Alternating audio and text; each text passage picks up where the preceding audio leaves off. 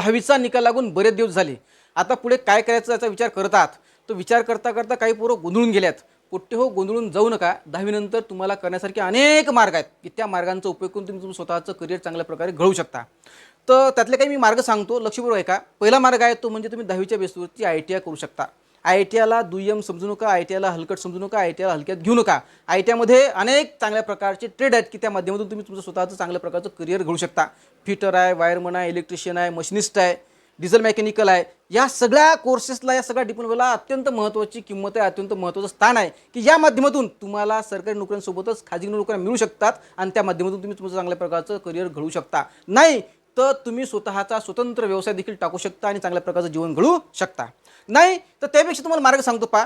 Arts, commerce आणि science 3 faculties आहेत. त्या 3 फॅकल्टीजपैकी कुठल्याही एका फॅकल्टीत ॲडमिशन घेऊन तुमचं चांगल्या प्रकारचं करिअर घडवू शकता. पहिली फॅकल्टी सायन्स. पहा, लक्षात ठेवा, 11वी 12वी विज्ञानला तुम्ही ॲडमिशन घेऊन, 11वी 12वी सायन्सला तुम्ही ॲडमिशन घेऊन तुम्हाला चांगल्या प्रकारचं करिअर घडवता येऊ शकते. 11वी 12वी सायन्सला, 11वी 12वी विज्ञानला ॲडमिशन घेऊन तुम्ही नीटची तयारी करू शकता. नीटची तयारी करून तुम्ही मेडिकल लाईनला जाऊन स्वतःचं भविष्य चांगल्या प्रकारे घडवू शकता. नाही तर JEEची तयारी करून तुम्ही चांगल्या प्रकारचं करिअर घडवू शकता. पुढे लक्षात ठेवा, JEE इंजिनिअरिंगला जगात किंमत आहे, जगात महत्त्व आहे. कारण माहिती आहे का, जगातलं प्रत्येक स्ट्रक्चर, पूर्ण स्ट्रक्चर इंजिनिअरिंगवरती अवलंबून आहे, इंजिनिअरिंगवरती अवलंबून आहे. त्यामुळे इंजिनिअरिंगला देखील दुय्यम समजू नका. शिवाय लक्षात ठेवा, तुम्ही D.Pharm करू शकता, तुम्ही B.Pharm करू शकता.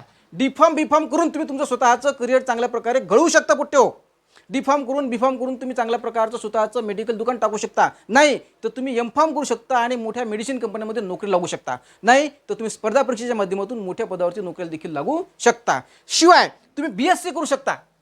ऑल सब्जेक्टमध्ये BSc करू शकता. ऑल सब्जेक्टमध्ये BSc करून तुम्ही MSc करू शकता आणि BSc आणि MSc करून तुम्ही स्वतःचं भविष्य चांगल्या प्रकारे घडवू शकता. शिवाय तुम्ही स्वतःची पॅथॉलॉजी देखील टाकू शकता. अशा विविध प्रकारे तुम्हाला सायन्सच्या माध्यमातून चांगलं करिअर घडवता येऊ शकते. सोबतच BSc ॲग्री, MSc ॲग्री या माध्यमातून तुम्हाला चांगल्या प्रकारचं करिअर घडवता येऊ शकते. पुट्टे लक्षात ठेवा, सायन्स केल्यानंतर तुम्ही तुमचं चांगलं भविष्य घडवू शकता. त्यामुळे सायन्सला देखील अत्यंत महत्त्वाची किंमत आहे. सायन्स करून तुमचं भविष्य घडवू शकता. दुसरा मार्ग आहे, दुसरी शाखा आहे ती म्हणजे 11वी 12वी वाणिज्य शाखा. 11वी 12वी वाणिज्य शाखा 2 माध्यमातून करता येते, इंग्रजी माध्यम आणि मराठी माध्यम. दोन्ही माध्यमातून तुम्ही चांगल्या प्रकारचं करिअर घडवू शकता. लक्षात ठेवा, तुम्ही B.Com, M.Com म्हणजे तुम्हाला पहिल्यांदा B.Com करता येते. M.Com करून तुम्ही B.Com करून तुम्ही M.Com करू शकता. B.Com करायला पहिल्यांदा B.Com करता येईल. B.Com नंतर तुम्हाला M.Com करता येईल. शिवाय तुम्हाला BBA करता येते. BBA नंतर तुम्हाला MBA करता येते आणि MBA करून तुम्ही चांगल्या प्रकारच्या कंपन्यांमध्ये नोकऱ्या लागू शकता. पुट्टे लक्षात ठेवा, शिवाय तुम्ही बँकिंगची तयारी करू शकता. आणि या कॉमर्स क्षेत्रामध्ये, कॉमर्स सेक्टरमध्ये सगळ्यात महत्त्वाचा एक फॅक्टर आहे तो म्हणजे CAचा, चार्टर्ड अकाउंटचा. तुम्ही चार्टर्ड अकाउंटंट होऊन तुम्ही चांगल्या प्रकारचं करिअर देखील घडवू शकता. तिसरी शाखा आहे ती म्हणजे कला शाखा. 11वी 12वी कला शाखेतून तुम्ही पास होऊन BA करू शकता. BA झाल्यानंतर तुम्ही ऑल सब्जेक्टमध्ये MA करू शकता. 11वी 12वी आर्ट झाल्यानंतर तुम्ही BBA करू शकता, MBA करू शकता. म्हणजे तुम्हाला 8 अशी शाखा आहे. या शाखेला बरेच पोरं दुय्यम समजतात. आर्ट शाखेला दुय्यम समजू नका. आर्ट शाखेच्या माध्यमातून तुम्ही चांगल्या प्रकारचं करिअर घडवू शकता. पुट्टे लक्षात ठेवा, आर्ट शाखेतलं सगळ्यात महत्त्वाचं बेनिफिट, सगळ्यात महत्त्वाचा फायदा म्हणजे तुम्ही BA नंतर LLB करू शकता. 12वीच्या बेसवर तुम्ही LLB करू शकता, LLM करू शकता आणि LLB LLM करून तुम्ही जजच्या परीक्षा देऊन चांगल्या प्रकारचं कोर्टात जज देखील होऊ शकता किंवा तुम्ही स्वतःच्या वकिली देखील करू शकता. हे अनेक मार्ग तुमच्याकडे उपलब्ध आहेत.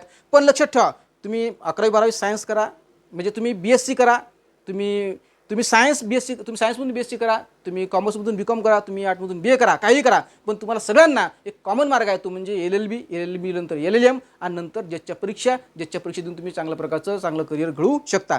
आणखीन कॉमन मार्ग आहे तो म्हणजे D.Ed B.Ed. तुम्ही D.Ed B.Ed करून तुम्ही चांगल्या प्रकारचं शिक्षक पोर्टलच्या माध्यमातून चांगल्या प्रकारचं नोकरीवर लागून करिअर घडवू शकता. आणि त्याहीपेक्षा तुम्ही BSc करा, तुम्ही B.Com करा, तुम्ही BA करा, तुम्हाला सगळ्यांना police, SRP, RPF, CRPF, railway, court असे विविध क्षेत्र आहेत. सोबतच महाराष्ट्र शासनाच्या क आणि ड संवर्गाच्या अनेक पदांच्या नोकऱ्या, या सगळ्या नोकऱ्यांमध्ये तुम्ही परीक्षा देऊन लागून स्वतःचं करिअर घडवू शकता.